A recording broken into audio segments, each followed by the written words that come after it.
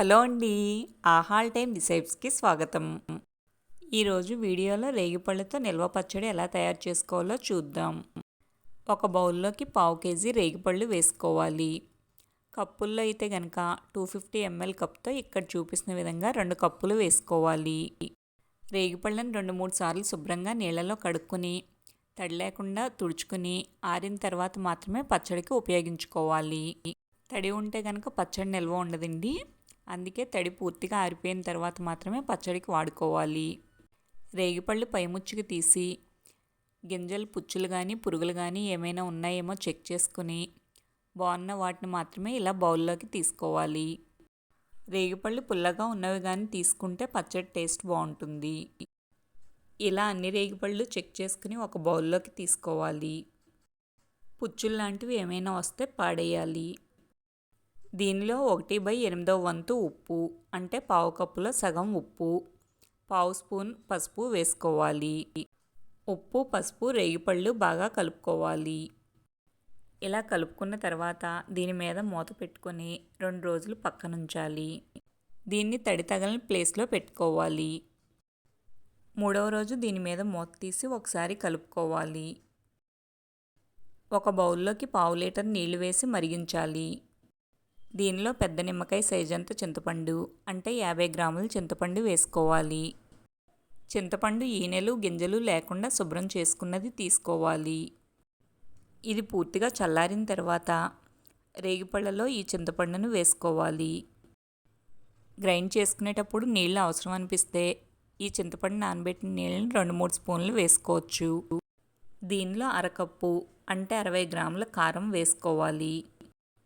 12 గ్రాముల వెల్లుల్లి రెబ్బలు అంటే ఒక 7-8 వెల్లుల్లి రెబ్బలు వేసుకోవాలి. అలాగే అర స్పూను వేయించిన మెంతిపొడి వేసుకోవాలి. 3వ రోజు మూత తీసిన వెంటనే రేగిపళ్ళలోంచి గింజలను సెపరేట్ చేయాలండి. నేను ఇక్కడ సెపరేట్ చేయడం మర్చిపోయి అన్నీ వేసాను కాబట్టి ఇప్పుడు గింజలను సెపరేట్ చేసుకుంటున్నాను.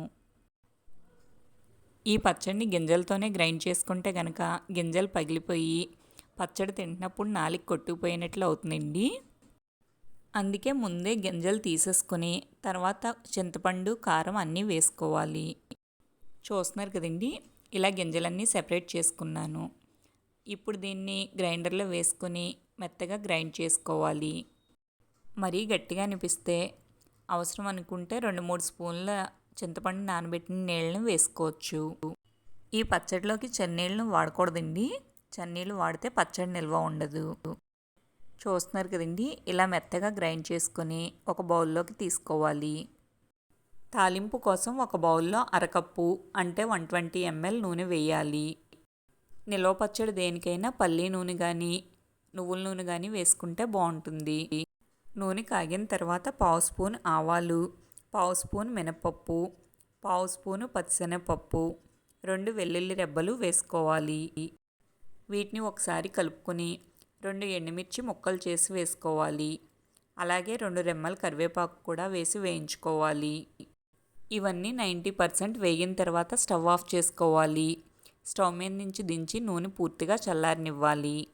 మిగిలిన 10% ఆ నూనె వేడికే వేగుతాయి. ఈ తాలింపు పూర్తిగా చల్లారిన తర్వాత మాత్రమే పచ్చడిలో వేసి కలుపుకోవాలి.